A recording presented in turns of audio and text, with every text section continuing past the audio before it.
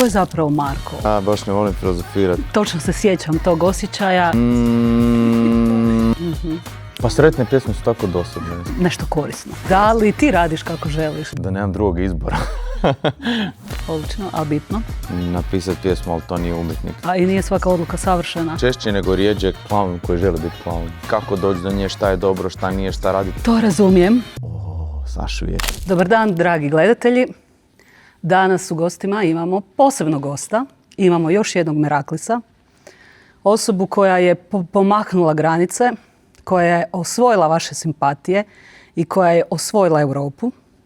Danas ćemo pričati o njegovoj upornosti, autentičnosti i hrabrosti da bude svoj. Danas je s nama Marko Purišić, poznat kao Baby Lazanja. Dobro nam došao, Marko. Dobar dan. Dobar dan. Koji intro. Kako si, Marko? Dobro, evo, bila sam, sad se vratio s koncerta i uspio sam hvatiti čak sna, tako da, kupio sam se čepiće za uši jer su mačke počele novi trend mjaukanja u 6 ujutro.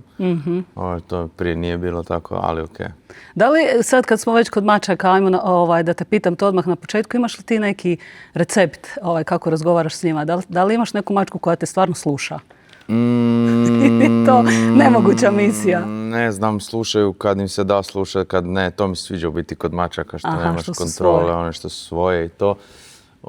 Tako da, ne, ali imam jednu posebnu koja ne sluša nikad, baš namjerno. Vidiš da je jako inteligentan i gleda kako napraviti krivu stvar namjerno. I stane i zna da ne smije biti gleda da li ćeš krenuti prema njemu i ti kreneš. On krene dole, ti staneš, onda on stane, nećeš doći me potjerati, tako da zao je onako slab. A u biti da, u otporu i radi kako želi. Da. Tipično za mačke. Da. A ti, Marko, da li ti radiš kako želiš? Da li nam možeš onako ukratko reći tko je, kada maknemo sve ovo što znamo o tebi u medijima, sve tvoje uspjehe, sve ovo što si postigao u vrlo kratko vrijeme, tko je zapravo Marko, onako kada si sam sa sobom? Pa ne znam, to je teško pitanje. Filozofsko je, da, slažem se. Pa filozofsko, ja baš ne volim filozofirati. Barem se nadam da ne volim filozofirati. Pogotovo ne ovako na videu. Volim filozofirati kad sam sam s Elizabetom, pa onda u autu, onda imam ja govor od pola sata. Ali ovako mi je, ne znam, čudno, jer se ne osjećam baš da imam šta pametno za reći.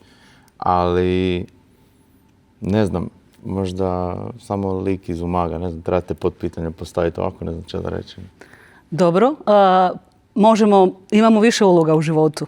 Znači, ovo je uloga nekog stanovnika. Ili kako se osjećaš kao glazbenik, kako se osjećaš kao suprug, kako se osjećaš kao prijatelj, kao sin. Zapravo, koje su sve tvoje uloge i kad ih zbrojiš, koji je doživljaj samog sebe? Pa recimo kao prijatelj i kao sin sam popustio, ja bih rekao, nisam baš zadovoljan kako idem u zadnje vrijeme. Kao u smislu od kada je sve ovo krenulo, odjednom se dogodilo nešto što si sanjao od kad si bio klinac i sad sav fokus si prebacio na to, a sve druge stvari su pale na drugo mjesto. Mislim da kao suprug sam fantastičan. Ali kao prijatelj mislim da bi i kao sin možda trebao biti još bolji nego što jesam i to je nešto što sam počeo na čemu sam počeo raditi u zadnjih, ne znam, pola godine od kad se sve malo smirilo jer sam skužio šta sam zanemario i šta ne i gdje je došlo do promjene najviše, pa ta polja su mi onako ostala najizazovnija možda jer jednostavno na putu si cijeli dan ili nešto ili radiš i onda jedino slobodno vrijeme koje imaš još provedeš na miru, onako pokušavajući se odmoriti i onda tu je naravno i žena i onda s njom provodiš to vrijeme, a treba za ovog prijatelja napraviti vremena, za ovog, za mamu, tatu, za ovo, za ono, pa mislim da to treba malo poboljšati. U biti, da bi odnosi funkcionirali, moramo ulagati sebe i svoje vrijeme u to. Tako je, da. Nekad nije lako, jer nas puno te neke druge stvari skrenu s puta, ali je bitno da postoji ta svjesnost i potreba za tim. Da, je. Pa mislim to je ključ. Kad govorimo o ulogama, uloga kreativca, kako? Da li se osjećaš kao kreativac? Pa ne baš, mene negodujem kad me ljudi nazivaju umjetnikom i nikad sebe ne bi nazvao umjetnikom, jer ja poznajem umjetnike i umjetnik je, na primjer, moja žena Elizabeta, ja nisam umjetnik, ja sam samo lik koji zna napisati pjesmu, ali to nije umjetnik, to je zanatlija više nego išta.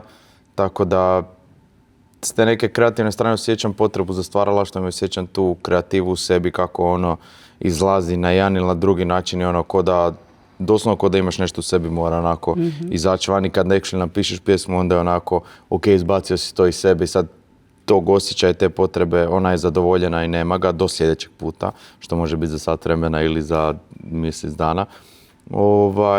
Ali da, ne smatram sebe kao umjetnikom, to mi je, i to nije neki umanjivanje samog sebe, nego zaista postoje umjetnici, postoje ljudi koji rade unutar neke niše nekog posla i oni su, mogu biti ok u tome, ali nisu avangardni ili nešto, pošto ja nisam avangardan. Ok, ali zapravo ulaziš u kreativan proces. Da. I kreativnost je uvijek vezana za koliko god da ljudi rade iste stvari, opet svak svojom osobnošću oblikuje taj kreativni proces. Da, kako to izgleda kod tebe kad ulaziš u kreativan proces? Da li je to uvijek nekakav flow, da su ti leptirići stalno, da uživaš u tom procesu ili tu isto postoje neka zapinjanja? Ja to gledam kao matematički zadatak, ali ne volim matematiku, znači prezirem, imam sam 2 jedva iz matematike, ali ajmo reći kao da postoji neki problem i ja ga moram riješiti. Znači to se počinje od te neke potrebe, neke ideje i onda, ne znam, Don't hate yourself, but don't love yourself too much je naša druga singlica. I ja sam išao na plažu i palo mi je na pamet tamo i snimio sam je na diktafonu, na ovome, glasovna poruka, na mobitelu, whatever. I sad ja imam zadatak to pretvoriti u pjesmu cijelu od te jedne glupe melodice, napraviti sve i onda kako doći do nje, šta je dobro, šta nije, šta radi. Tako da ja više to gledam kroz neke tehničke strane, ali uopće nisam tehničar, ponavljam, ni matematičar, ni ništa. Ali da, meni je to ko neki zadatak, ajmo reći, tako ja prilazim k tome. Koje je bilo pitanje, imali ste još nešto, zaboravio sam, kako to izgleda? Da, kako to izgleda, da li ima zapinjanja? Da li je... Ima, mislim, češće nego rijeđe krenem i ne dovršim. I prije sam silio da moraš dovršiti, to mi je bilo just finish your job. Negdje sam čuo da je to super da moraš dovršiti. I onda sam skužio koliko je oslobađajuće kad ne dovršiš. Mislim da je bilo super što sam dugo vremena dovršavao stvari jer to me naučilo disciplini i fokusu i svemu. Znači nečemu se posvetiš, završi to, izbjegao si kako bi rekao, neku mljackavost, neku prozirnost i neku, kako se, kad je nešto neslano, kako se to zove? Bezukusno. Da, bezukusno i bljutavost neku toga. I tako sam skužio puno ljudi da su moji prijatelji koji nisu bili dovoljno profesionalno u glazbi su bili specifični po tome što započnu u glazbi i ne dovrše. I onda ja nisam htio biti takav, ja sam htio biti ok, ja moram, jer ja želim da mi glazba bude prioritet, onda moram biti obrnut od njih, a šta je obrnuto, dovrši stvari. Sada sam prestao dovršavati stvari i tipo čitao sam ne znam, Leonardu, Da Vinciju, Michelangelo, slično, da imali 1000 radova nedovršenih i da je to samo tako da sam si počeo praštati i ne dovršavati pjesme, tako da ima jako puno zapinjanja i ima jako puno ulaganja u flow. Na koji način?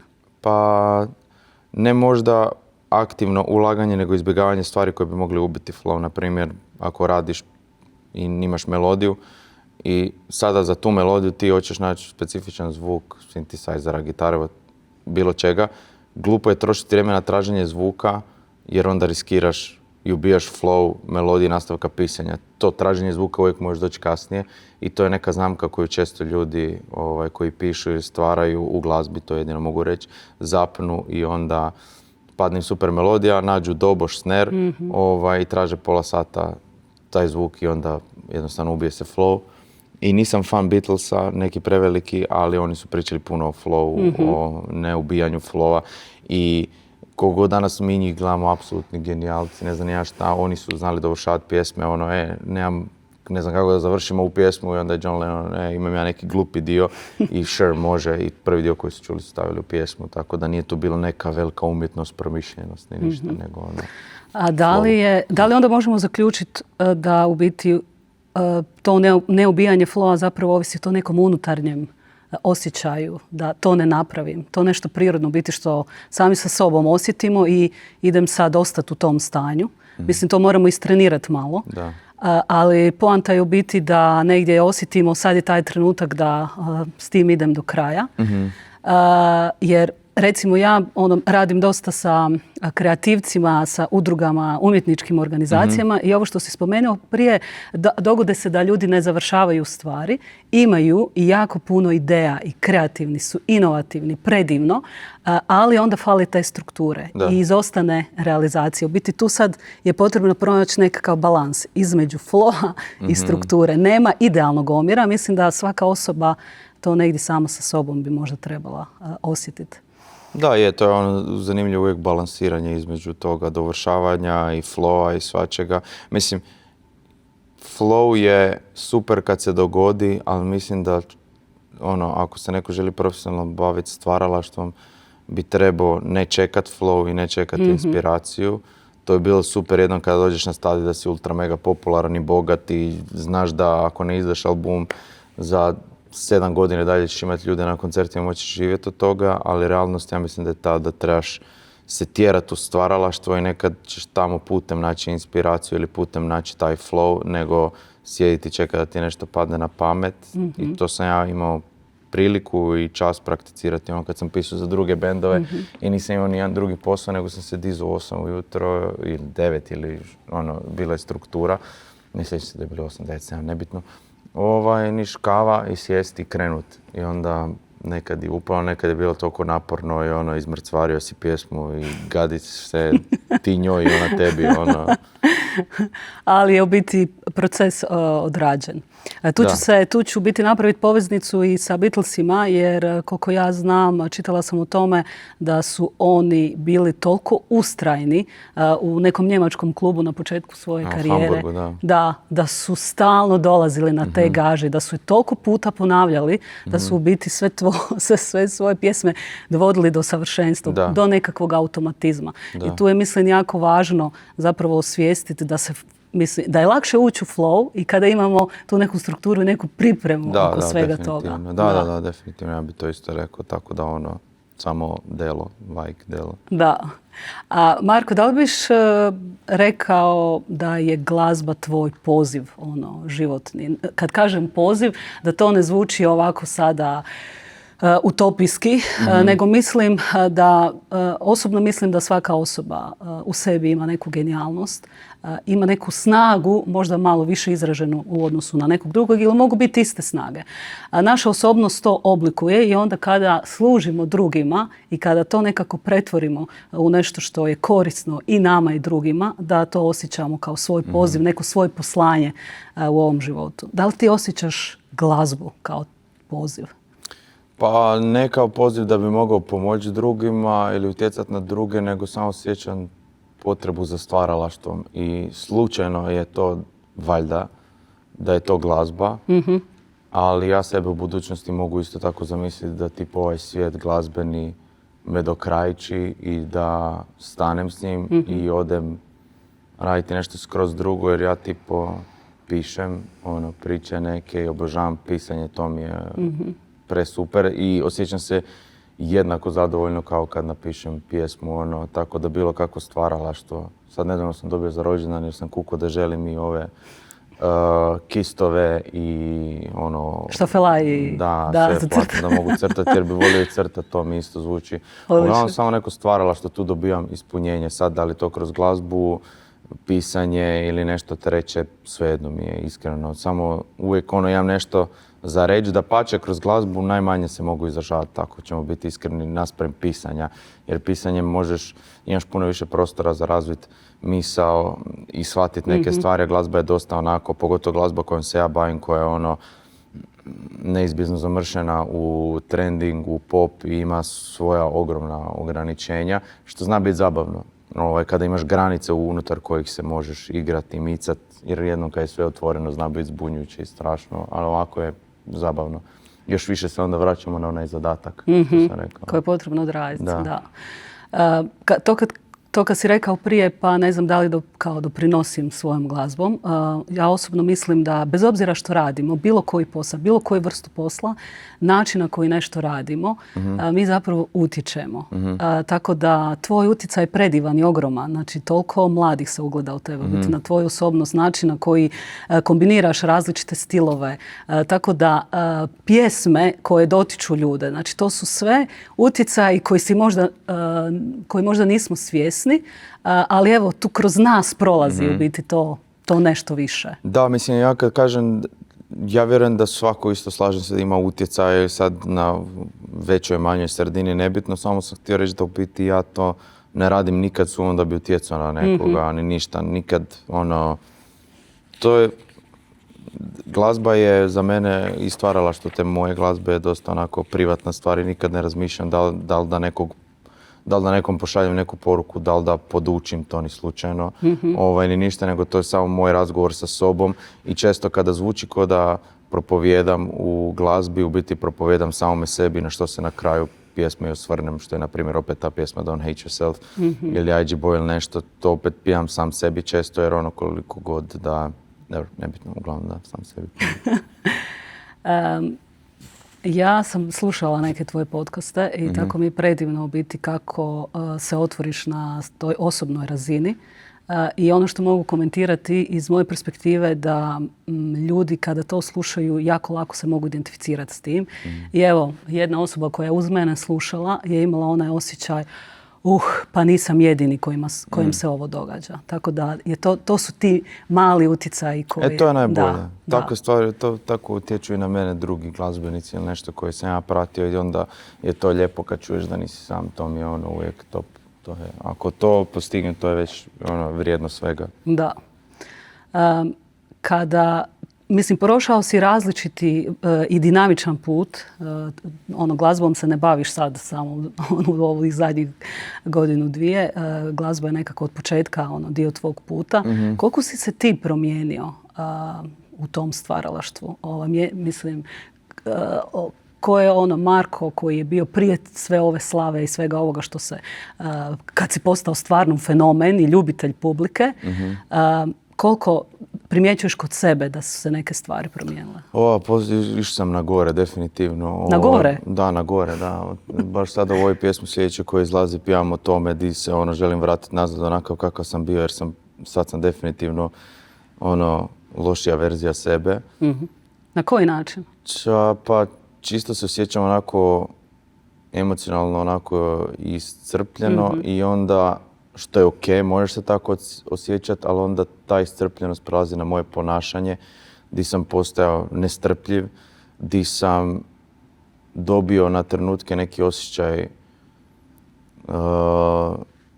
U biti nestrpljenje je najveća stvar i umor i onda ti neki ljudi pomažu i onda kad ljudi ne idu proaktivno ti pomoć, onda se ja mogu naljutiti ili nešto kao pa ti si to trebao napraviti, u biti nikad ta osoba nije to trebala napraviti nego je prije, jer do prije mjesec dana radila jer je bilo lijepo. Uglavnom sjećam se da sam, ne bi volio previše ulaziti u to čisto iz razloga što nisam definirao sve te neke stvari, ali sigurno se sjećam da sam prije bio bolji, da sam imao više ljubavi za ljude i to, a da sada nekako sva ta iscrpljenost me dovela do toga da se možda više povlačim ne u sebe, nego u svoje male krugove, imam manje strpljenja za neke druge stvari, tako da definitivno je došlo do perioda gdje moram raditi na sebi. Ono što jesam zaradio, što je bolje je manje sam strašljiv. Prošao sam kroz te neke situacije koje su bile dosta strašne i izašao iz njih živ, a prije su se činile kao najgora stvar koja ti se može dogoditi, a sad je vidi, pa u biti se ništa nije promijenilo. Tako da to je nešto. I sigurno iskustvo u 2 godine koje sam dobio je nešto što neki drugi ljudi prolaze kroz više godina. Tako da ima sve svoje, ali definitivno nisam bolji nego što sam bio prije. Da li mogu tu nekako zaključiti da, jer recimo to mogu reći iz svoje perspektive, kada smo zahaklani tim nekim vanjskim svijetom, materijalnim svijetom, kada imamo puno obaveza i zadataka, da se negdje odvojimo od sebe i od one svoje nutrine i onda počnemo osjećati iscrpljenost i često i frustraciju, osjećamo se u biti čemu sve ovo, iako je to dio našeg stvaralaštva, ali nismo konektirani sa sobom. Da. I onda iz toga proizlazi ovaj osjećaj, možda sam bio bolje ranije. Definitivno, prije sam bio više sebi u glavi, u smislu i povezan sa onime što ja jesam ili sa svojim nekim uvjerenjima i sa svojim nekim čisto duhovno sam bio puno bolje. U biti samo na toj razini sam bio prije bolje duhovnoj, a u mojoj glavi, u mom životu duhovna strana je ono što je najbitnije. To je sve, jer bez toga onda džabet iskrenost. Apsolutno se slažem. Kada govorimo o duhovnosti, to je široki pojam. Mislim da je to uvijek možemo staviti pod zajednički nazivnik, da se fokusiramo na to da smo negdje u nekakvoj tišini sami sa sobom. To kad kažem, ne mislim da to mora biti ego. Sad sam ja sa sobom pa ću ja sad opet sebe negdje bustati i gledati koje su moje želje, nego baš u biti da doživimo tu protočnost. Evo ja to tako doživljavam. Recimo sve što radim, mislim da sam neki alat u službi da kroz mene prođe. Ali da bi to prošlo onako i da bi osjećala ja kao osoba zadovoljstvo, je potrebno da sam dobro, da sam odmorena, da nije samo jedno za drugim, da sam u nekom tehničkom modu. Da, mislim, ja isto tako da to je to i sada taj aspekt se izgubio, tako da sad ga ponovo tražim i radim na njemu, tako da to je ono što mi sada, neću reći najveći, ali možda i je najveći fokus kad sam sam sa sobom. Odlično.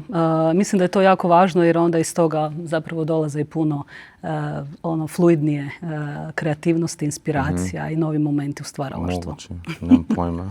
Ja to govorim iz svoje perspektive. Ono što ipak u ovom procesu, svašta se tu događalo u tvom životu i tvojoj karijeri, da li si možda osvijestio što si morao promijeniti kod sebe da biš bio danas ovo što jesi? Unutar sebe, evo taj dio. Pa da, ja se sjećam jednom da mi je jedna osoba rekla prije, puno prije Baby Lazanje, prije nego što je bilo tipa, ajmo reći, ne znam, 5-6 godina prije nego što je to bilo i što da sam ljen. To je bila istina jako i da očekujem da će mi sve pas s neba. I tako nešto je također bila istina. Ja sam to tada znao, ali jednom kad čuješ od drugog nekog ili nešto, još više ta riječ te onako stresa i to. I mislim da je to bio baš ta neka prekretnica, gdje sam se odlučio promijeniti i nisam htio biti ljen. Znači, morao sam prestati očekivati da će mi sve pas s neba, iako ja i dalje danas očekujem da će mi sve pas s neba, ali zbog toga što sam radio, a ne zato što je to samo zato jer ne znam šta zaslužuješ nekom tajnom ili nešto. Tako da mislim da u biti ta neka radišnost je ono što sam morao ja osobno najviše, na čemu sam morao raditi. Prije sam bio dosta, mislim to sve ide jedno s drugim, bilo mi je ugodno pratiti i biti follower i biti u naručju nekoga i da me neko vuče za sobom u svojoj karijeri, da se ja samo prištekam na nešto njegovo i onda kao ćemo mi uspjeti i to ću samo ja znat, možda on, ali kao sve izvana će izgledati, što je najbitnije kao kako izgleda izvana. Ali u biti istina je ta da sam morao uzeti stvari u svoje ruke. Mislim da je to bilo isto prekretnica za mene gdje sam izašao iz benda koji je bio uspješan, koji je jedini bend u Hrvatskoj koji ima onako turneje vani i to sve. I znao sam da ako odem iz njega da gubim sve. Mislim, udaljavam se od onoga cilja, a to je da živim od glazbe. Ali s druge strane nisam mogao biti tamo više i znači to se stavilo predamno. Moraš izaći van i uzeti stvari u svoje ruke. I tad sam bio bačen u hladnu vodu, samo inicijativno jer sam sam izašao.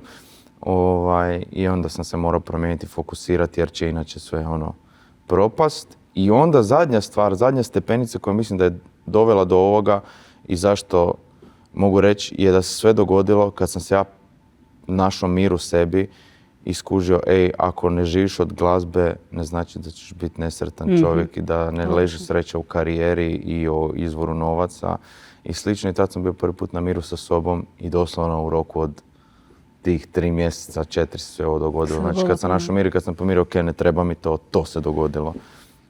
Tako da te neke stvari su možda odgovor na to pitanje. Odlično. Mislim da je ovo jako važna poruka i za mlade. Upravo ta radišnost, da bi nešto napravili i pomaknuli, je potrebno zapravo se fokusirati, biti ustrajan u tome. A druga stvar je ostati nekako vjeren sebi. Znao si da želiš glazbu i nastaviti zarađivati i živjeti od glazbe. To je taj trenutak kad se dogode prekretnice. On nije lagan. Da li je tebi bilo lako onda kada si, rekao si skočio sam ili pao sam na glavu u hladnu vodu. Kakav je to osjećaj kada odlučiš idem u nešto nepoznato i u nešto nesigurno? Jer to je najčešće ono što ljude drži u statusu quo. Da ne skoče u tu hladnu vodu. Da. Mislim, ja moram isto reći prije svega, prije nego što krenem pričati o tome, da sam ja imao fantastičan support sistem oko sebe. Znači, ja sam imao roditelje koji su puni razumijevanja, koji su puni strpljenja za moje kerefeke. Ja sam svašta mi je s te strane pruženo u životu i mislim da ta obitelj i obiteljska atmosfera je nešto što je mene uspjelo pogurati i bez toga ne znam kakav bi ja bio, nisam dovoljno hrabar za te stvari.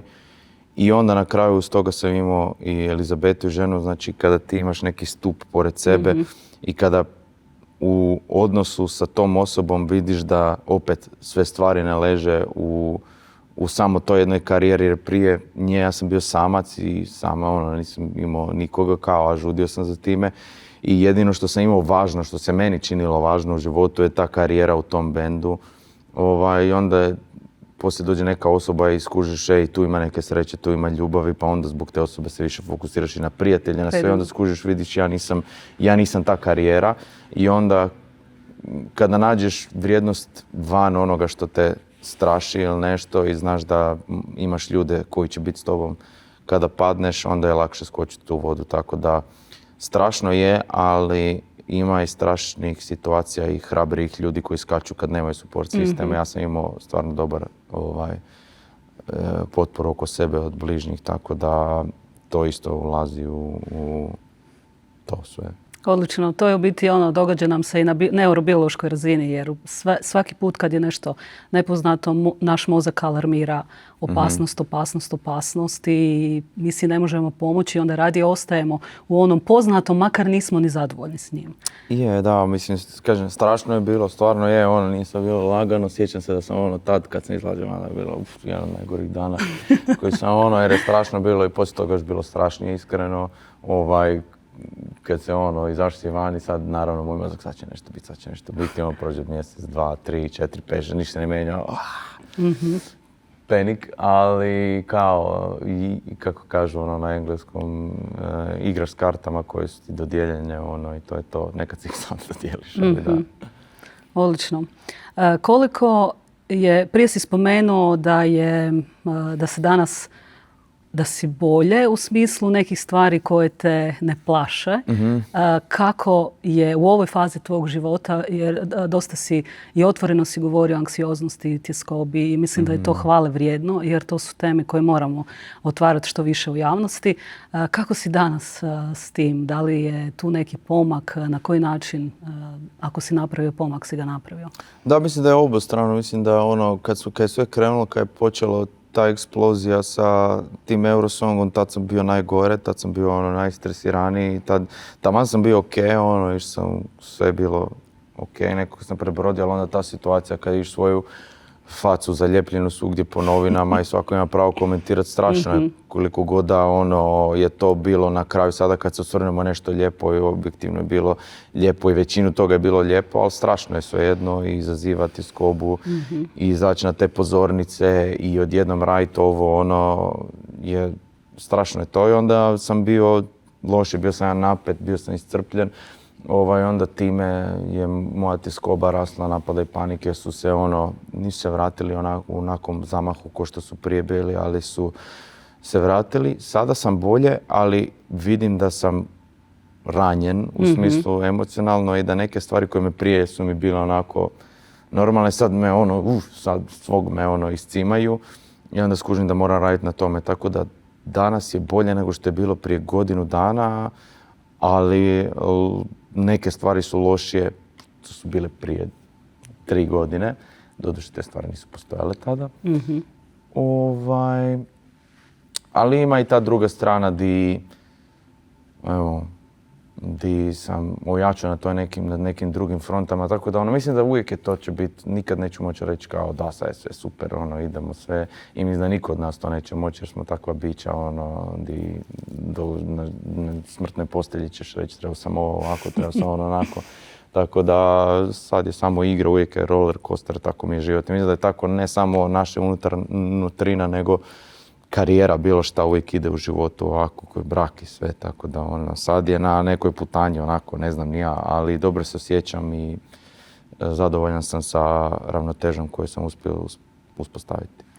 Odlično, to je u biti poruka svima koji se nose sa takvim stanjima, da je prva stvar prihvatiti da su ona dio možda našeg ljudskog postojanja, kod nekog više, kod nekog manje.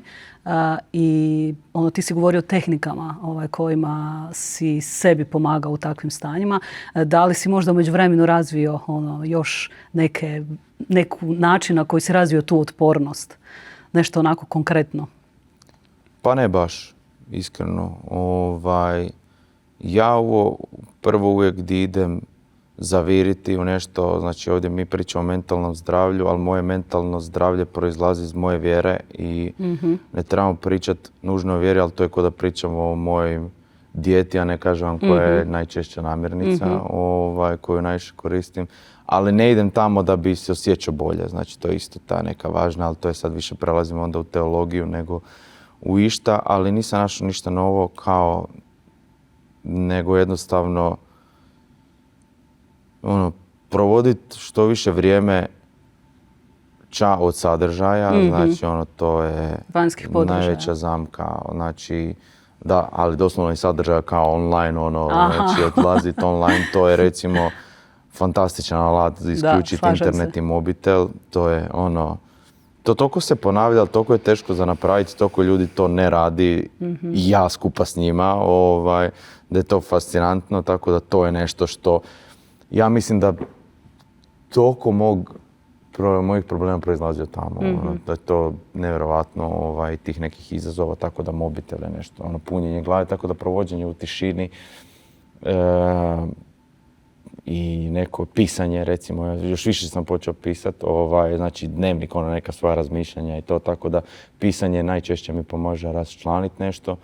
Primijetio sam da kad sam ljut na nekoga i najrađe bi mu sad držao bukvicu, a nisam pozvan da mu držim bukvicu, onda krenem mu kao napisati poruku i napišem tu poruku u bilješke ili na papir i onda sam onako, ne trebam mu poslati, sad je kao izašlo je to iz mene, da, ispuhao sam se i dapače tim putem sam shvatio možda njihovu kao stranu i to, tako da i kad pišem nije pisanje glupa ne ja, nego kao onako sve, cijeli problem uzimanje u obzir. A što se tiče ovog što si spomenuo da smo ovisnici o mobitelima i gadžetima i društvenim mrežama, koliko si najduže bio bez online svijeta? Pa kao u ovom kontekstu od kad se to nešto dogodilo, pa nemam pojma, možda dan, dva, u vrh glave, ali to je previše za reći. Zato što ja i dalje vodim sam sve svoje društvene mreže, što se nadam da će se uskoro promijeniti, da ću naći nekoga da mi vodi, kome vjerujem. Ali da ja moram svaki dan otići gore i to, ali isto često se lažem, moraš otići realno, možeš otići jednom dnevno na večer da objaviš šta imaš objaviti i isključiti opet, ali eto to je ono što je strašno. Da, razumijem to.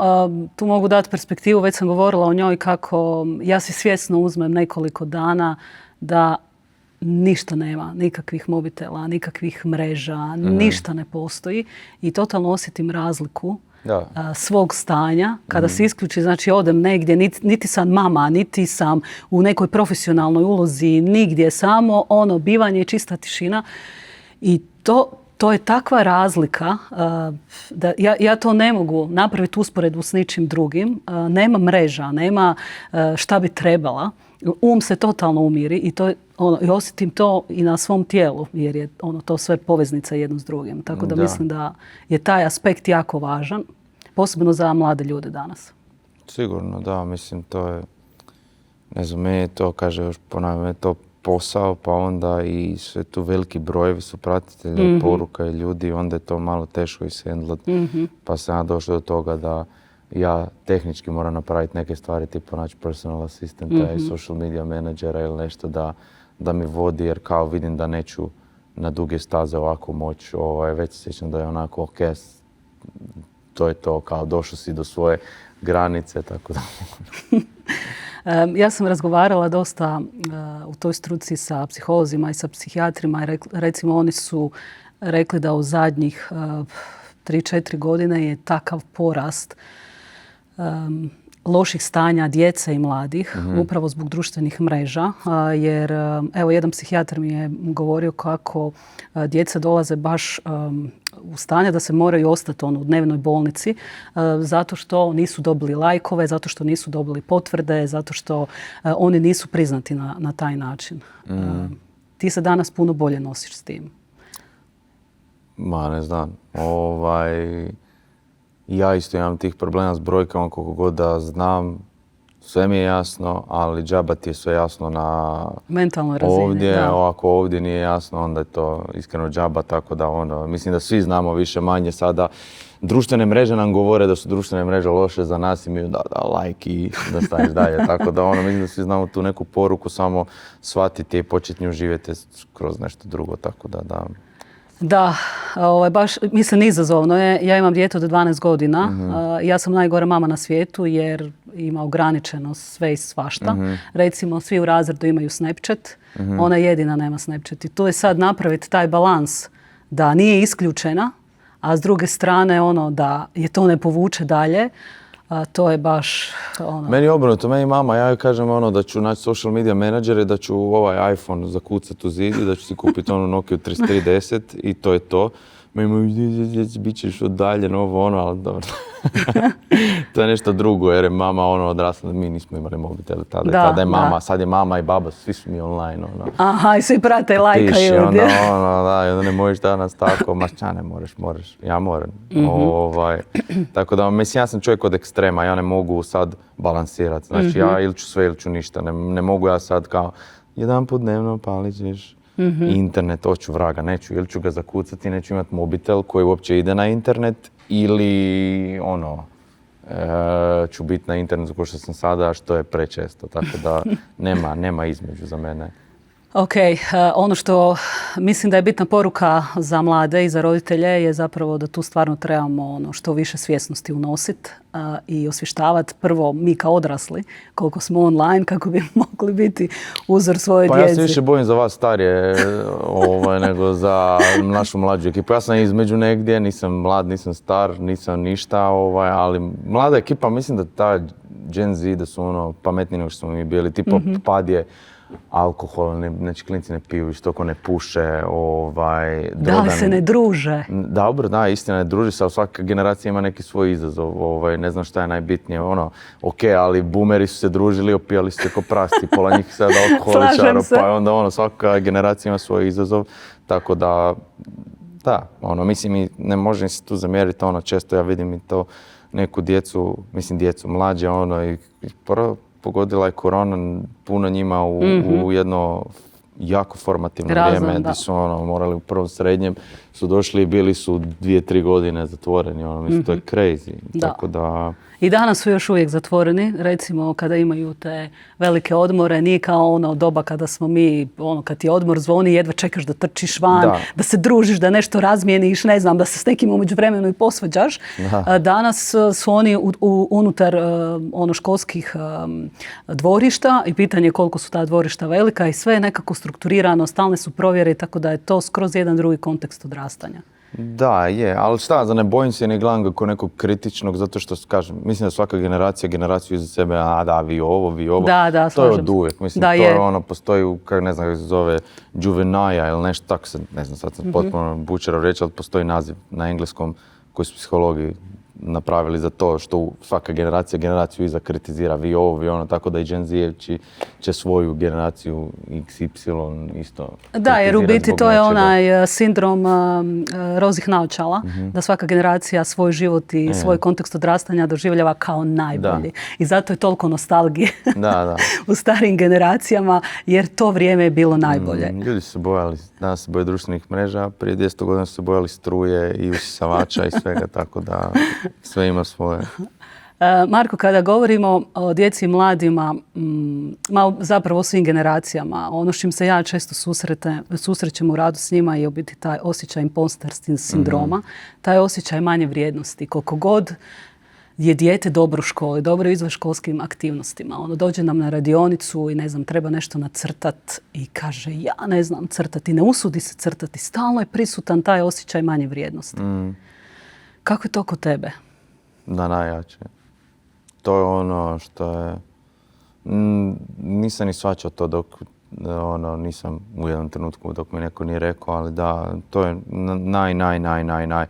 Od onog trenutka do, ne znam, kao zašto se meni ovo dogodilo, zašto nije 500 drugih muzičara koje znam da rade, koje ovako vani na izgled meni izgledaju da rade isto koje ja, zašto ovo sad meni dogodilo, ne njima i zašto se oni moraju mučiti, a ja sam tu onaj koji se muči, ali radeći ono što želim, znači puno manje muke.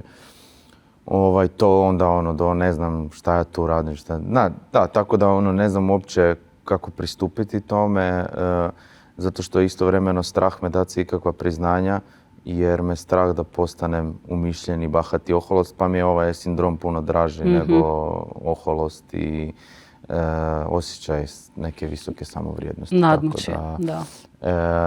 Kad vidim to u ljudima, dapače kad vidim imposter sindrom, to mi bude skoro pa plemenito kod njih. S obzirom na to, čisto zbog kontrasta kojeg imamo za ljudima koje poznam puno više, da, ja sam car, kao naravno da to zaslužim. Plus takav mindset koči često ljude. Znači, kao ja sam to sad napravio, ja sam car i onda tu završava glad, upornost, rad. Znači, to je ja sam napravio svoj, to je to i sad ću ići stagnirati. Ne doslovno, ali to rezultira stagnacijom. Tako da taj imposter sindrom smeta mi, ali ne vidim da me nešto previše iskreno koči. Dapače, ne znam kako je to u radu s djecom, ne znam psihologi koliko njih koči, ali mene osobno ne osjećam da mi je išta uskratilo to. Uskratilo mi je možda neko uživanje u nekim trenucima i više preispitivanja, ali to nije toliko da sad ja neću moći spavati, da se tresem i da na kraju možda se on pojavi prije pozornici šta mi tu radimo, Bože dragi, mi smo klošari iz Umaga i sad radimo neki veliki klub, ali onda kad dođem u klub, kad sam na pozornici razmišljam više o tome, nego mi super, tako da jake, ali ne koči me. Da. Ja ću samo nadovezati se sa svojom perspektivom kako radim sa djecom i mladima, ali i sa odraslima. Svako jutro, prije nego što bilo gdje odem, znači pogledam se u ogledalo i nekako se zahvalim jer imam priliku dati nešto. I to mi je pomoglo kada su mi bili tako glasni oni unutarnji glasovi, tko si ti, šta ćeš ti njima pomoć, kako ti nekoga možeš kao usmjeravati i 100 takvih nesigurnosti. Kada to pretvorim u taj mod zahvalnosti i evo tu sam, neka prođe kroz mene što treba proći za tu osobu, onda se osjećam puno mirnije. Cool. Ne znam da ću to početi vježbati, ali mogao bi, ako ikad dosegne neke, ne znam, ja te glasove gledam ko neprijatelja. Pa onda ja se tako nosim s tim, ja kažem šuti i tako da napasti neke, odvajam to od sebe ko da je to neki drugi entity, ne znam kako je reći na hrvatskom, biće neko drugo koje me napada. Ali to je zapravo dio nas. Da.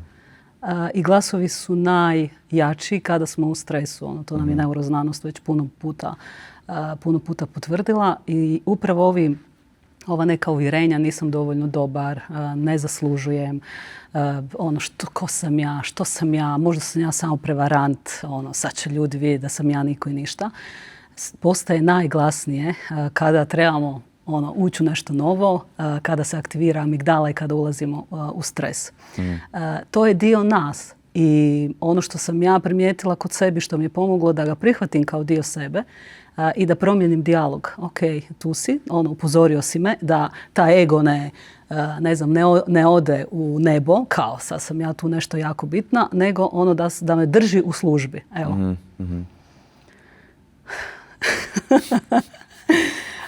Marko, a kako je sa tvojim granicama, zdravim granicama, to tako zovemo?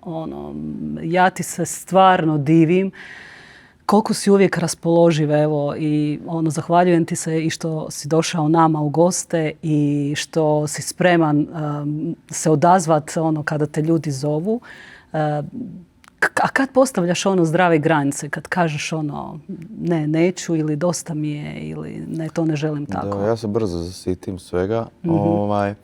I ima puno ljudi, sad ste vi rekli da ste zahvalni da sam otvoren, da ima puno ljudi koji će reći ne, on nije došao, on ne dolazim na sve, ne mogu, na većinu toga ne dolazim, zato što jednostavno ne mogu toliko dati sebe i ne mogu se emocionalno toliko predati jer onda ću brzo izgoriti i onda će ja ostati bez posla, još 9 ljudi s kojima ja radim i koji žive od ovog projekta.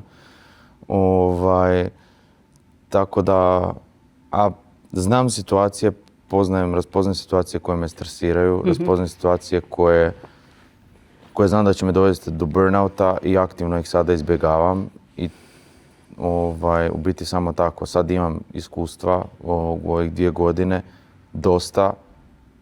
Imao sam tu čast ih sve proživjeti koliko god da su me dovele do ruba. Ali sad znam, ok, ovo me stresira, ovo me ne stresira, ovako moramo raditi, ovako nećemo. To je to. Često znaju izazovi proizlaziti zato što te stvari nekad budu privlačne i osjećaj grižnje savjesti isto jak, jer ti ponekad te zovu na stvarno lijepe i plemenite stvari, ali usprkos tome jednostavno ne možeš toliko sebe dati. Znači, dođeš do granice, ok, mislim to je ista stvar kod tipo pomaganje nekom financijski, da uvijek ćeš pomoć, ali ne možeš opet sve dati jer onda neš ni ti ni tvoja obitelj može živjeti od nečega. Isto tako je emocionalno trebaš napraviti neku rezervu, ako ne zbog sebe, onda zbog drugih koji su u tvojoj okolini. Jer ja bi možda to sve mogao izdržati, ok, mogu svemu reći da, ali onda ću doći doma i bit ću nikakav sa mamom i sa tatom, sa bratom, sa prijateljima, sa bendom i na kraju dana i najvažnije sa ženom. I onda di smo onda i onda je sve destruktivno i sve će završiti. Tako da počnem raspoznavati stvari, još uvijek vodim tu neku bitku u sebi, pogotovo s osjećajem grižnje, savjesti i dužnosti prema Bogu koji mi je ovo dao i žrtvovanje sebe za druge, ali opet kao negdje moram ja početi, a drugi završiti. A sad i to je uvijek di je to, ne znam. Tako da na taj način. Ali mislim da je jako važno ovo što si rekao, jer mi nismo odgajani, recimo posebno starije generacije nisu odgajane da kažu ne bi sada tako, ili ne mogu, ili ne iscrpljen sam, ili nemam kapacitet za to, ili ne sviđa mi se to, jer se to uvijek nekako proglašavalo kao sebičan, jednostavno nisi na raspolaganju, kao ne daš ono što bi trebao davati. I to se nekako kolektivno prenosi, ali je sasvim u redu iz pozicije individualne osobe, je sasvim u redu postaviti te granice. Ja sam to osjetila u majčinstvu kada shvatila sam u biti da ja mogu biti dobro za svoje dijete i za svoju obitelj kada sam ja dobro. A to je značilo postaviti onda nekakve granice, zdrave granice.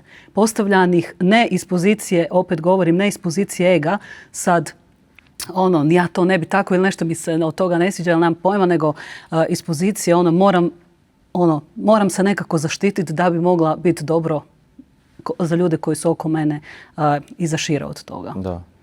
Pa to je meni dobro tour menadžer rekao. Tako smo išli na koncertima, uz koncerte ima puno drugih obaveza koje se mogu odbiti. Onda jednom je prekipilo, onda rekao moraš stati jer onda ćemo svi nadrapati ako ti kao odustaneš od ovoga, mislim kao svi nadrapati, svi će se snaći. Ali kao, ne bi bila bi šteta da sad ovo propadne zbog nekih stvari koje na kraju dana su na tamo nekom 4., 5. mjestu koje moraš napraviti da se ovo održi. A kada govorimo o zdravim granicama, odbio si biti predgrupa Ed Sheeranu. Da. I to mi je jako važna poruka i lijepa poruka.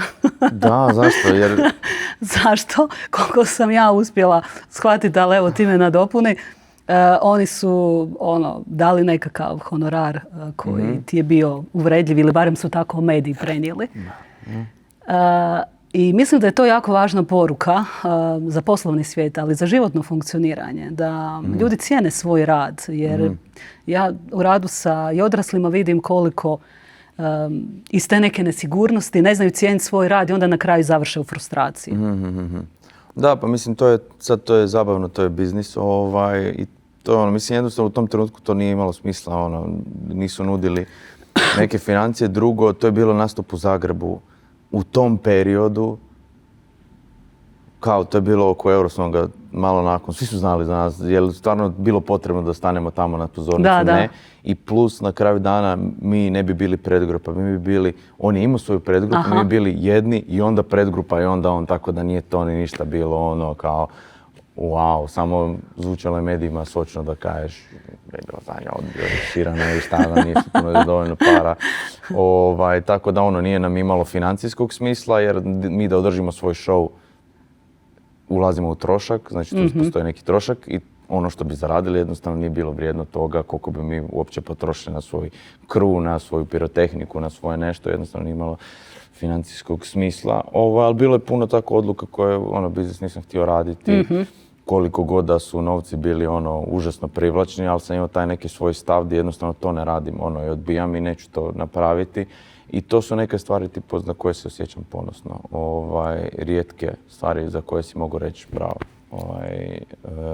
Ovo je dobro što si donio odluku, što se ne želim i odbijam lako prodati. To je na mojim stranicama gotovo da ni ne vidite nikakva sponzorstva i često napravim sponzorstva sa nekim malim koji radi nešto i fora mi je šta radi pa da podržim. Čisto jer ne znam, i nije zbog manjka što prilaze brendovi samo, ne znam. Meni je too much neke situacije su mi onda ne želim se dati u to. Ok, ono što sam ja ovdje čula i reflektirat ću za naše gledatelje je bitno je donositi odluku. Znači, bitno je reći ne kada to osjećamo tako i u skladu sa svojim nekakvim vrijednostima, stavovima i onim unutarnjim osjećajem. Jer se inače dovodimo do frustracije. Pa kontam si, bolje mi je da kažem ne i onda budem za 5 godina, treba sam reći možda da, nema veze, nego da kažem da i onda bože, šta mi ovo trebalo. Tako da uvijek onako odmjeravanje i to, tako da ova druga emocija je puno teža nego ova prva i šta znam, to je jedna meni od ljepota u životu kad možeš kad imaš svoje ja i kad znaš reći ne. To je nešto rijetko i ne znam zašto što si mogu sam sebi dati na pravo da mogu sam sebi unutar sebe reći bravo Marko. To je cool. Bravo Marko, odlično. To je jedna od riječi stvari. Marko, prije si spomenuo da 9 ljudi, da imaš 9 članova tima. Znači, mislim 9 koji putuju sa mnom, piše još ovako iza kulisa, ali da, 9 koji putuju. Okay. Koliko je bitno da su ljudi s kojima radiš Meraklisi, odnosno da stvarno vole taj posao, bez obzira da li neko tehničar, da li neko montira, da li neko, ne znam, bilo koji segment svog posla. Koliko je bitno da to stvarno vole? Pa ne znam koliko je bitno da stvarno vole. Mislim da ono što je najbitnije je da imaju dobro okruženje, da imaju... U biti to okruženje mislim da je najbitnije i posao onda dolazi na 2., 3. mjestu, da imaju sigurnost, osjećaj sigurnosti, osjećaj da su prihvaćeni, da se mogu obratiti ako imaju neke, sad doslovno ulazimo u tehničko probleme, zablokirao mi je obrt, ne mogu to sad isplatiti jer mi možeš uletiti. Tako da mislim da osjećaj neke sigurnosti i prihvaćanje neke zajednice da je prije bitan nego što je posao. Tako da mislim da to dolazi na prvom mjestu. A druga stvar, to voljeti raditi, naravno to može utjecati na to, ali isto koji novac, to nije uopće na prvom mjestu, mislim, i to ne kažem ja, nego znam, smo učili o tim istraživanjima gdje su ljude stavili imaju, ne znam, najbolesniju plaću i daju otkaz nakon 3-4 mjeseca jer im je okruženje toksično. Tako je. Tako da mislim da je to ono što je najbitnije, to ono što se ja trudim izgraditi u tom svom krugu, a to je osjećaj prihvaćenosti, razumijevanja i otvorenosti, koliko god da to zvuči kliše. Ne zvuči, Marko, to je jako važan uvid i jako važna lekcija za sve ljude koji imaju firme i koji okupljaju timove. Dosta radim s njima i onda najčešće dolazim na pod navodnike intervencije kada su ti međuljudski odnosi već narušeni. Da.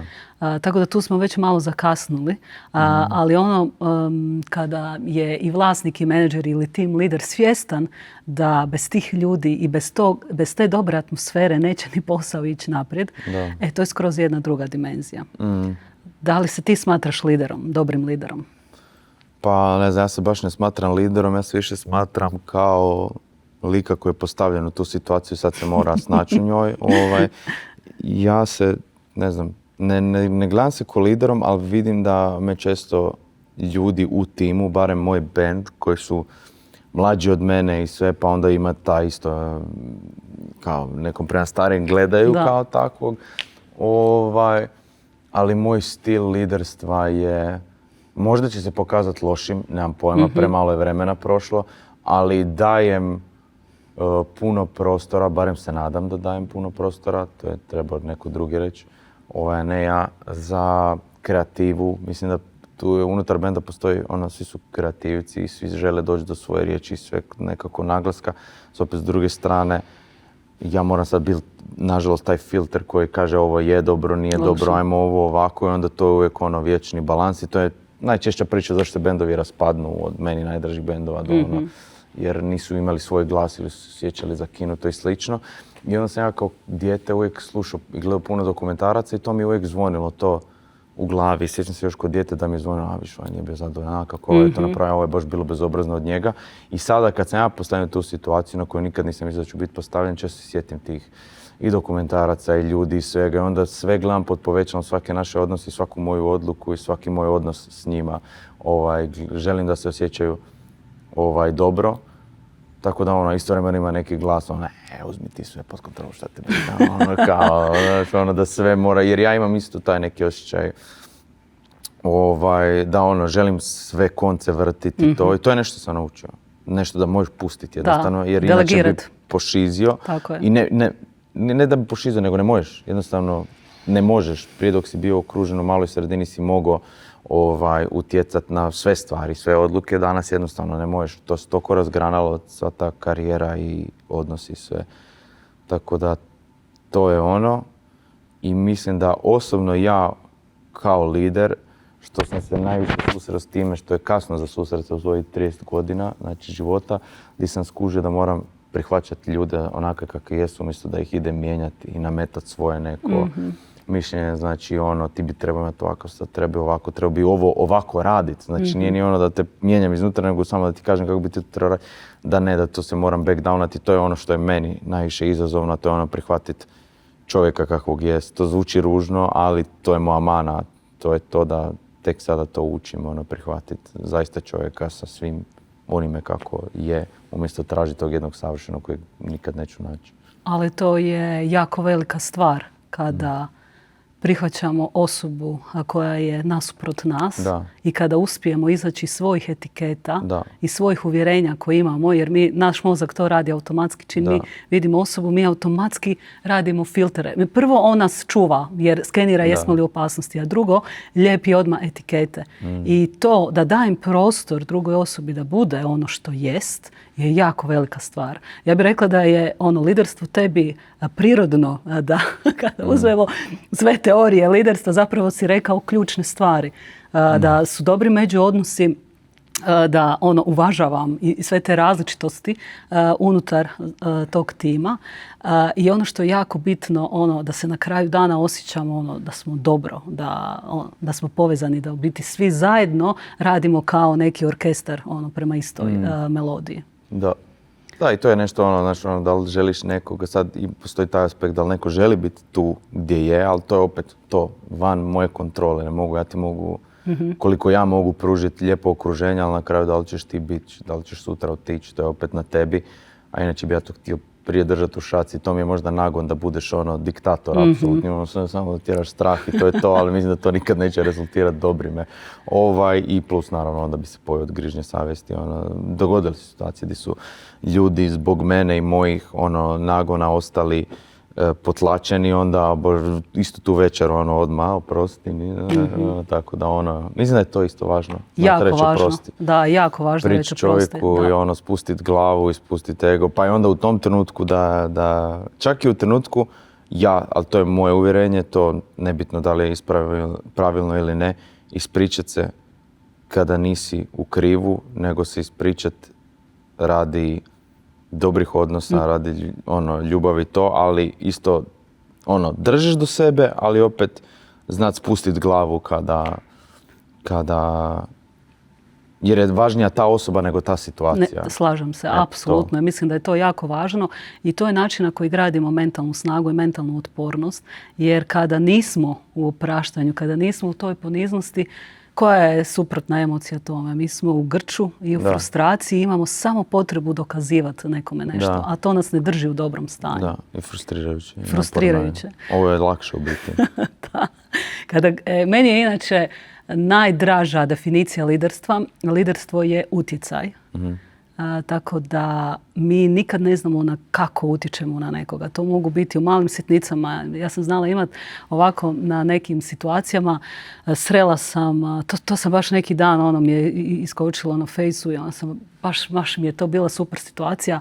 Srela sam jednog dečka i on je nešto montirao tehnički i mi smo razmijenili u 3-4 minute, kratkom razgovoru smo razmijenili kako je on nezadovoljan, šta bi on trebao. Ja pojma, ja sam mu dala neku perspektivu i nakon godinu dana se sretnemo i on kaže, nakon onoga sam ja odlučio otvoriti nešto svoje, krenuli su poslovi, ono, totalna promjena i totalno zadovoljstvo. Da, top.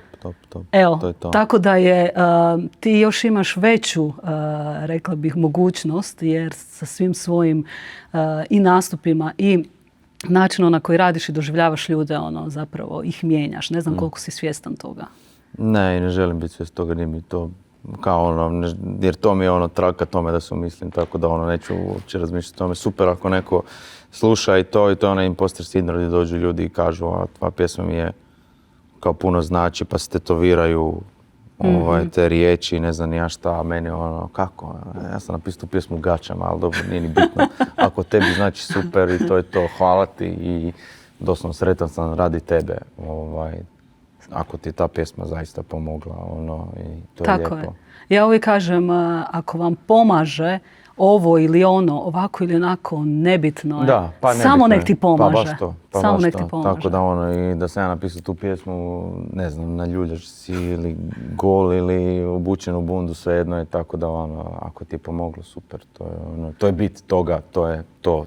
To je jedino pozitivno što može izaći toga. Marko, prije si spomenuo novac. Kakav je tvoj odnos prema novcu i da li se on promijenio u ovom naglom usponu?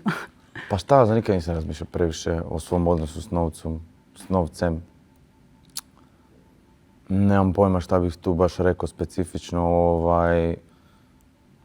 Ne znam, samo promijenila se financijska situacija očigledno, jer ono prije Dore, evo, meni je žena, tada cura, posudila da platim vatru na Dori, na primjer. Znači nisam imao pribijene kinte, znam da mi je bilo uvijek malo, sjećam onako, tužno, jer ono, ne znam, prijatelji, znaš, ono, idu sa curama, ja ne mogu nju nigdje odvesti to, a sada mogu. I to je jedina razlika, ali mislim da trudim se ne uživati u njemu i ne tražiti sigurnost, jer kao što sam rekao, mislim da će me dočekati u životu kad ću opet biti broke 100%. Tako da ono, mislim da svima to dolazi i financijska situacija samo gore dole, tako da ja znam, pokušavam ne razmišljati o njemu i ne radi ništa zbog njega i radi njega. Zanimljivo da govorim njega, ali evo, majice su mi ovo je sa Vinteda, ovo je od, ne znam, i ovo su došli 20 eura, tako da. Odlično. Nemam neke aspiracije financijske. Ali zapravo novac nekako, kada smo jako fokusirani na njega, daje nam taj osjećaj sigurnosti i daje nam osjećaj slobode. Da li je to zapravo varka ili osjećaj sigurnosti dolazi iznutra? Ne bi trebao imati, ne bi trebao ovisiti o nekim vanjskim okolnostima, iako je to puno lakše reći nego postići. Da, ja sada moram paziti na novac, znači moram razmišljati o tome da moram prihvaćati neke stvari koje možda ne bi prihvatio, ali ne dovoljno da se prodam, nego tipo znam to što sam rekao.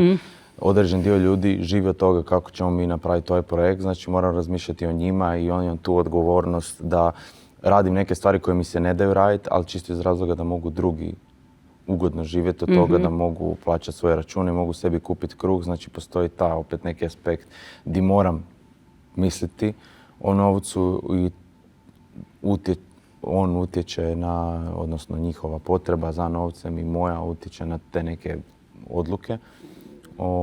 Tako da to je nešto što je važno i što igra ulogu, a vaše pitanje je bilo, zaboravio sam. Koliko je bitna sigurnost iznutra? Pa mislim da je to najbitnije. Novac može zavaravati sigurnost, ali si samo razmišljam o onim situacijama gdje banka propadne sutra i ti izgubiš sve pare i nemaš nikakvo osiguranje i samo odjednom si sa, ne znam, 600 milijuna eura imaš umbel njente, tako da mislim da to je sve fake. I ne bi se baš trebali oslanjati na to. Da, tako da i puno ljudi tako misli. Ja sam isto mislio to. I dalje mislim. Ali to je ona varka koju znaš ovdje, a ovdje ostaje nedorečena. To je da bi bio sretan s novcem. Ja tada prije 5 godina kad sam mislio da imam novaca ko što sada imam da ću biti stari. To je to. Sad kad to je kraj svega. Isto se osjećam i nisi sretni. Sva slava i sve te neke stvari koje izvana blješte i koje izgledaju privlačne, to je sve uzbuđenje. To nije zadovoljstvo i to nije ona dugoročna sreća. Tako je. Sve to uzbuđenje, znam, može biti uzbudljivo, ali jednom dana, sutra se svjetlo ugase i čao. I sve je tako krhko u život. Sutra me možda više neće biti, ne kao fizički, nego kao bi bilo znanja, a možda i fizički, tako da rekao si jednu važnu stvar, ja recimo razlikujem zadovoljstvo i unutarnju radost. Zadovoljstvo je ono kada smo to nešto postigli i ima poveznicu sa van, a unutarnja radost je ono što ne možemo biti objasniti. To je ono stanje našeg mira, bez obzira da li se vani sve urušava, ali mi smo sami sa sobom dobro. I to ljudi često brkaju. I znači tu trebamo biti fokusirani kako postići taj unutarnji smiraj. Opet kažem, puno lakše reći nego postići, ali to je isto istraživanje sebe i trening sam sa sobom, isto kao odlazak u teretanu. Samo nas, nažalost, niko nije učio o tome, jer smo puno više fokusirani na ovo što se vidi izvana. Klasika. Klasika, da. Marko, ti si sada u braku. Kako je, spominjao si kako je važno da se makne ego u nekim situacijama da bi odnos funkcionirao. Što je još bitno? Evo, u ovom kratkom nekom periodu dok imaš iskustvo braka. Pa ja sam uvijek bio opsjednut i to vidim da sada jedan moj dobar prijatelj ima, opsjednut sa komunikacijom u smislu da sve se mora komunicirati, sve se mora reći, sve mora biti izneseno i tako će se postići pomirenje, bla bla, ali nekad, mislim sada da vidim u braku, važno je komunicirati, najvažnije, ali treba i pustiti nekad stvari, znači samo it's fine, nekad pustiti ili to može biti pustiti osobu da se ohladi, a ne odmah idemo komunicirati, nego jer ja sam ona osoba koja može odmah komunicirati, znači mi se sad posvađamo, ja mogu odmah, a tipo Elizabeta i tako neke osobe isto koje ja znam, njima treba prvo mir, prvo razmak, da ja sa sobom sada malo riješim, da se smirim, da onda ćemo komunicirati. Povlačenje u špilju. A ja bi odmah za vrat skočio, onda tako, znači to je opet ulazimo u prihvaćanje ljudi. Tako da to mislim i mislim da ima mudrosti ne treba sve biti rečeno, ne treba sve biti vani na golo, ne trebaš nego jednostavno ne znam kako to kažem jer mislim da nisam još o tome dovoljno racionalizirao si i sam sebi iskomunicirao da mogu prenijeti to što mislim, ali postoji nešto i u tome što je samo ok, ne trebaš sve skakat za vrat, sve ići analizirati, sve ići, tako da postoji ta neka hiperanaliza koja je možda nepotrebna. Tako da to, ali opet najvažnije, mislim što sam prije rekao, to je spuštanje vlastitog ega i ulaženje u tuđe cipele i tako da Meni je u braku bolje 10 puta nego što mi je bilo u vezi i sad kad živimo skupa godinu i nešto, najdrži period, i puno nam je mirniji period nego što je bilo kad smo bili prije, tako da hvala Bogu na tome. Znam da to nije jedinstveno stanje i da će doći turbulentno stanje i da će biti svačeg nečega, ali ne bojim se više za nas. Mislim kao, to je sada, nema više, nije ni bilo zadnjih prije braka, ali kao prije zaruka, znaš, ćemo li mi, nećemo ili mi, hoćemo li mi izdržati, jel to, jesmo to, ne u tolkim. A sad je kao to je to, nema više niš. Mislim da je predivno imati takvu osobu u životu gdje kad ti se nešto događa, to je prva osoba s kojom želiš nešto podijeliti. Da. I to je jako važno biti i za naše stanje i za naš odnos. A isto tako, druge osobe su nekako gledala ti svi odnosi. Ja kada sam počela u svom odnosu zapravo učiti o sebi, gledajući svog supruga, svoje dijete, sestru, to su mi bile najvažnije poruke. Jer u biti nije stvar u tome kako je neko reagirao i što je neko rekao, nego što je to diglo u meni, kako sam ja na to reagirala, što sam ja iz toga naučila. Tako da su nam odnosi, ja bih rekla, ubrzani način na koji se razvijamo. Da, slažu bi se definitivno, to je istina. Ok, Marko, stvarno sam te zahaklala sa pitanjem, jesi ok? Ok, super je, barem malo drugačija pitanja. Htjela bi te još pitati vezano za već smo prije spomenuli mlade i već smo prije spomenuli kontekst u kojem oni odrastaju. Da li možeš poručiti njima nešto, što se tiče pronalaska svog smjera, držanja tog nekog svog unutarnjeg impulsa, bez obzira na buku koja se događa oko njih, očekivanja koje možda imaju roditelji, kako da si pomognu u tom procesu pronalaženja sebe? Ja mislim da ono što je tebi prirodno i ono što ti jesi i kad pronađeš sebe, ajmo reći u umjetničkom izričaju, mislim da nećeš skužiti, evo ga, to sam ja. Ali kad radiš nešto fake, značiš da je fake. Aha, odlično. To ja vidim kod sebe.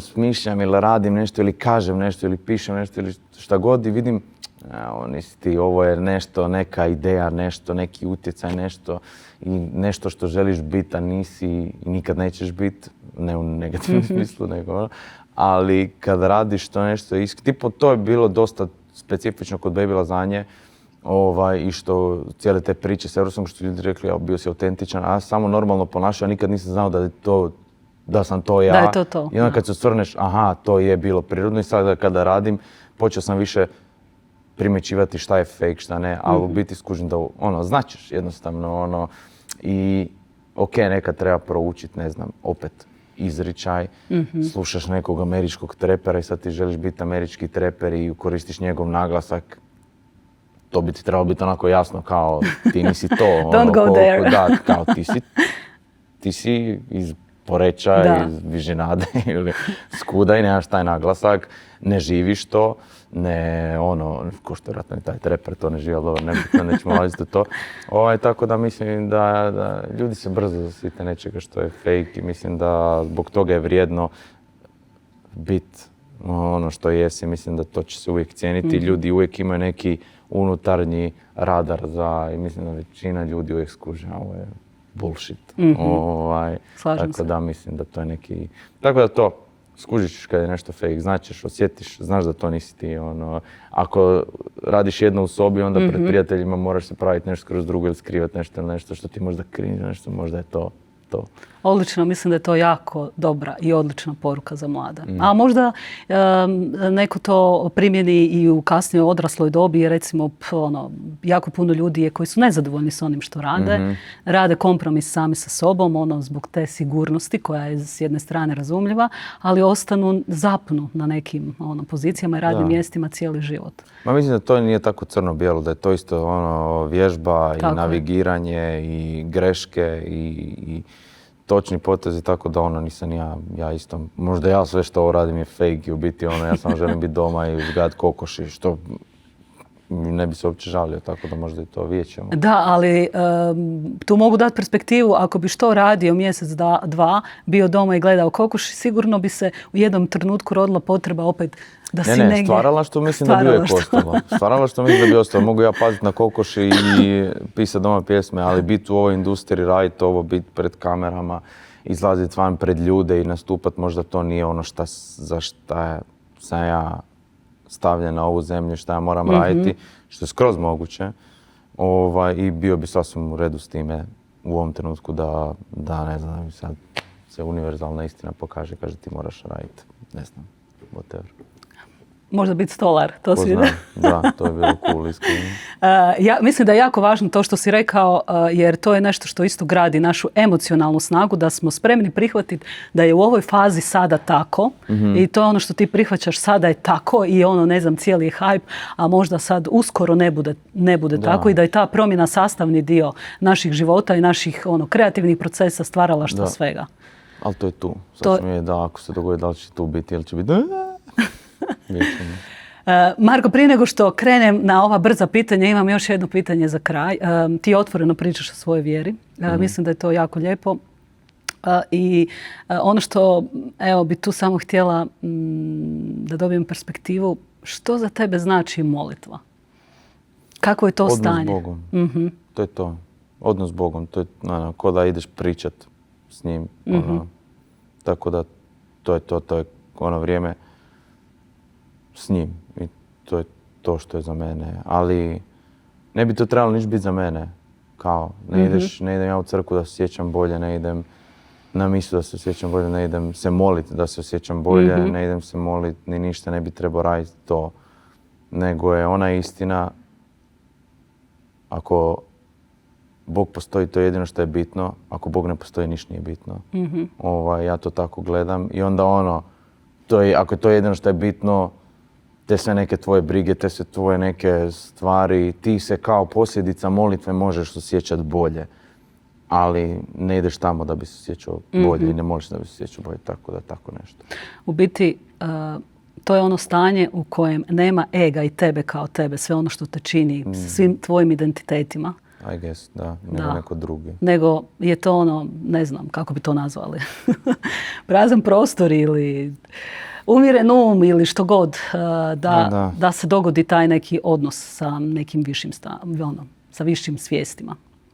Da, s Bogom. Da. Ok, Marko, ajmo sada na ovaj dio, ja pitam, a ti odgovaraš bez puno razmišljanja. Može. U biti završiš rečenicu. Ne. Kada sam na pozornici, osjećam se kao... Rekli smo, nema puno razmišljanja, ali ja znam, postoji doslovno. Pa možda ko zadovoljan klaun. Klaun koji želi biti klaun. Najluđa stvar koja mi se dogodila u karijeri bila je... Eurosong. Ne volim kad ljudi... me emocionalno ucijenjuju, to mi je najgore. To sam sada rekao zašto nedavno se dogodilo, pa mi zato prvo mi izađe. Odlično, ali bitno. Kada sam bio mlađi, želio sam da mi netko od odraslih kaže što? Biće nešto od tebe, bravo. Zašto sam uvijek dobio obrnuto. Znači, doslovno smo... Čekaj, sad to moram ispričati. Može. Bio sam klinac i to nikad ne zaboraviti. Znači, 2 puta mi se dogodilo. Bio sam klinac i svirao sam gitaru 1.5 godinu. I susjed je došao po mene, jer moj tata nije mogao. I ja kažem susjedu, osnovali smo sad band. I on mi kaže, ma šta ti band, pa ti znaš 2-3 akorda. Meni je to tako prvo, znači ja sam imam 30 godina, ja to znam, ja sam plakao taj dan. I onda drugi put smo imali neki band, pjevali smo, ma dobro, nebitno, nebitno.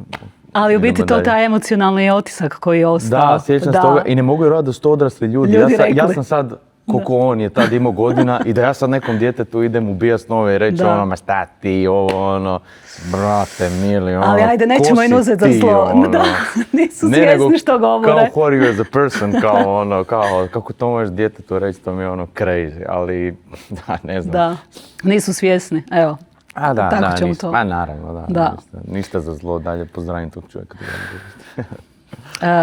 Kada, znači, najviše kreativnih ideja dobijem kad? Kad sam depresivan. Sad ću se ja produžiti ovo. Znači, taj neki mrak pozitivno utječe na stvaralaštvo. Iako smo to kod umjetnika jako puno puta čuli, da je to Pa stanje. sretne pjesme su tako dosadne. Sretne knjige su tako naporne, tako je je rijetko koja pjesma, osim ne znam, Bob Marley ili nešto da je može biti zanimljivo. Najveći umjetnici po meni, oni koji su meni uzor od Dostojevskog, da ne znam ča, svi su bili problematični ljudi, imali jako živu i tamnu nutrinu. Tako da ja sam djelomično i zahvalan na svom anxiety i ne želim ga toliko odreći od sebe, jer kad je sve dobro, obično ne pišem. Da, ali razlika je recimo između tebe i nekog drugog ko je u tom stanju, što ti tu energiju usmjeriš na stvaralaštvo, a neko ostane u tom stanju i onda postane destruktivan za sebe i okolinu. Naravno, da, ja samo mogu reći to iz osobnog iskustva, da mislim, najrađe bi da ga nema, ali ga prihvatim i to i mogu ga iskoristiti i izvrnuti na neke druge pozitivne stvari koje su, na primjer, stvaralaštvo. Tako, ja osobno vjerujem da je svaka emocija tu da je možemo transformirati, iako je stavimo predznak negativni, iako nema negativnih emocija, to su nam sve samo informacije, da je možemo transformirati u neku energiju koja će donijeti nešto korisno. Da. I kad kažemo depresija, ne mislim doslovno kao klinički, nego kao kad sam tužan, sjetan, tjeskovan, ok. U trenucima kad sumnjam u sebe, podsjetim se da nemam drugog izbora. Kao kako kažu, to sam čuo, ganjaj svoje snove. Ja nikad ne ganjam svoje snove, ja imam samo noćne more od kojih bježim. I kao, ne znam, sad stavljam tu situaciju. I nešto što nije zdravo, ali ja ga isto koristim za motivaciju, je inat. Ovo je meni kad kaže neko, 100 puta sam čuo ne možeš, ili kad me neko želi, meni sašujete, sašujem me to, onda tu energiju fokusiram, sad ću sjediti 10 sati pred kompjuterom i pisati, raditi to, tako da meni to recimo. To razumijem. Ja sam, točno se sjećam tog osjećaja kada je moja teta, koja ima iskustvo jer je njeno dijete išlo na fakultet i nije završila fakultet, i onda je moje mami rekla, samo trošiš pare, neće biti ništa od toga, kao što je bilo kod mene. I ja kad sam to čula je bio ovaj osjećaj, kako to možeš reći? Ali me to toliko držalo, da sam toliko htjela završiti taj fakultet, da sam htjela i prije roka, to ne znam, mislim, to je ona obrnuta motivacija, to je taj na kraju urodio nečim pozitivnim. Ne tražim da mi se to dogodi jer teško je, ali dosta brzo pređe to. Dobio sam od jednog izvora koji mi je jako puno značio, blizak srcu, mi je rečeno što me jako povrijedilo, bilo sjediš doma i u svojoj maloj sobici pišeš pjesmice i nadaš se da će se nešto dogoditi. Kad sam to čuo te riječi, tako još uvijek ih pamtim, 5 godina nakon, to mi je bilo sad vremena nakon, sašujete, sad ću postati najjači. To isto znam koristiti kao motivaciju. Ok. Kad me netko naljuti pošizim, ja sam dosta ovako eksplozivan. Možda se to ne bi rekao, kao dosta lagano mi živci skoče na 120. Imaš potrebu to odmah prema van? Da, grunut? Odmah. Ne mogu, ja kod da nema mjesta u meni za trpiti. Nikad kad sam bio klinac do sada i ako meni nešto smeta, odmah ćeš vidjeti, jasno ko dan. Ne mogu funkcionirati ako sam ljut na nekoga i ne mogu imati sposobnost nastaviti s tom osobom nešto dok se to ne razriješi, pa mi onda to. Tako da... Ali ako gledamo iz perspektive mentalnog zdravlja, mentalne snage, to je jako važno, jer kad smo bili djeca, kad nas je nešto frustriralo, prirodno smo to puštali van i bili svakakvi drečali, a onda kada dođemo stari, to više nije društveno prihvaćeno ponašanje i onda zatomljujemo, posebno, rekla bih, muškarci, jer nije u redu. Niti da sam ljut, niti da sam tužan, niti da to pokazujem. Pa prema tim nekim pravilima, ko je muško, žensko, tim nekim socijalnim normama, Ja sam uvijek žensku u našoj vezi, Elizabeta je kao onaj hladni, kao može... Racionalni. Moje mace, sljedeća rečenica, moje mace mi govore što? Ne znam, ali zrače nekom slobodom i nekim neovisnošću i to može biti inspirativno ili ne inspirativno nužno, nego kad jednostavno vidiš lijepu stvar, kad vidiš lijepu sliku, kad vidiš prirodu, kad vidiš onako nešto što je izvan svih tvojih nekih, tako da vrište slobodom i to mi je onako nešto predivno. Imam još jednu rečenicu. Školovanje, formalno školovanje i obrazovanje je bitno zbog... Ne znam kako samo dovršiti rečenicu, ali mogu odgovoriti po na način da, na primjer, istina je ta za audio engineering, što sam ja studirao, da to se možeš naučiti preko interneta. Stvarno možeš, ali prvo 10 milijuna puta je brže kada ti ideš. Nama ja sam imao prijatelje koji su radili to doma. Puno prije mene, 2 godine sam ja to upisao. Ja sam ih sve prestigao u vrlo kratkom roku jer si bio jednostavno prisiljen raditi. Nije bilo kad mi se da, kad idem, nego jednostavno tamo si i moraš, imaš odgovornost i moraš steći to znanje. Znači, to je recimo ajmo ubrzanje nekog progresa proces, i drugo okruženje u kojem se ti nalaziš se sa ljudima koji interesiraju iste stvari i mislim da je onda to okruženje jednostavno te tjera da rasteš više nego kad si sam ili nešto. I zadnje je, možeš se lagano izgubiti u životu. Tipa sada ja znam situacije koje su meni tužne, onda ja pokušavam utjecati na te ljude. Htjeli su biti nešto i onda su otišli raditi nešto što im se ne sviđa, ali kao samo za početak, samo za ovo. I onda su jednostavno ostali, našli su comfort zonu u tome i propadaju u tome nečemu i ne mogu si pomoći jer su toliko duboko sad u toj nekoj zoni. Tako biti to nema veze sad sa školovanjem, ali to je bilo onako, ne znam zašto me to sjetilo na to. Ali je bitno, zato što u biti je poruka tu da je u redu, da ti si isto tako spominjao da si mijenjao, da si probavao u te fakultete. Ja se, kako radim sa mladima i onda kada trebaju donijeti tu odluku, to bude jako stresno jer misle da to baš mora biti ta odluka i ne smiju pogriješiti. Da, to je istina u biti.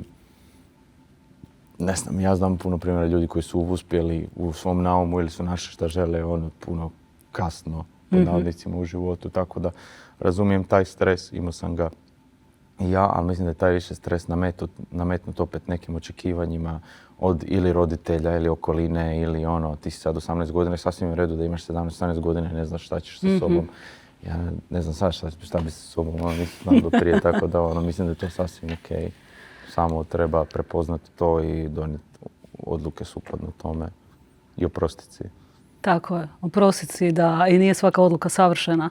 Da, mislim ja onih koliko koji su kad su djeca znali šta će tako biti je. I uspjeli su tom naumu svaka čast, ali većina mislim da je luta. Većina luta. Da, dok ne nađu i onda to je lijepo. Samo se treba paziti tih nekih zamki, komfort zona i to je možda što se treba paziti, ne znam. Odlično, Marko. Imaš ti možda neko pitanje za mene? Ne, ali hvala, bilo je super. Hvala tebi, jako sam uživala. Ja isto. Želim ti sreću sa koncertom. Mislim da će to biti predivno. Možeš nam samo mrvicu reći, znači spojit ćeš različite stilove sa simfonijskom, filharmonijskom orkestrom. Jesam dobro? Da, u biti naše pjesme koje su već vani će poprimiti novi aranžmani, imati sve što smo imali prije plus orkestar i onda sad tu možemo ulaziti neke tehničke stvari koje ne znam ni ja pa nećemo, ali pravit ćemo se da nećemo jer nemamo vremena. Promjena harmi i svega nečega. Tako da bit će posebno jednostavno da će ljudi koji će biti tamo i to iskustvo, mislim da će im biti nešto posebno, a pogotovo oni koji znaju kako su pjesme do sada zvučale. Predivno. Želim ti sreću da bude baš na pozornici onako kako si zamislio i ako ne bude, da cijelo vrijeme te prati unutarnja radost i da te ta unutarnja radost prati i dalje i mimo te pozornice. Hvala puno. To i vama također. Hvala. Dragi gledatelji, hvala vam što ste ostali s nama do kraja ove epizode. Budite s nama ponovo sa našim sljedećim gostima, a do tada veliki, veliki pozdrav i cijelim tim putem budite miraklisi. Pozdrav!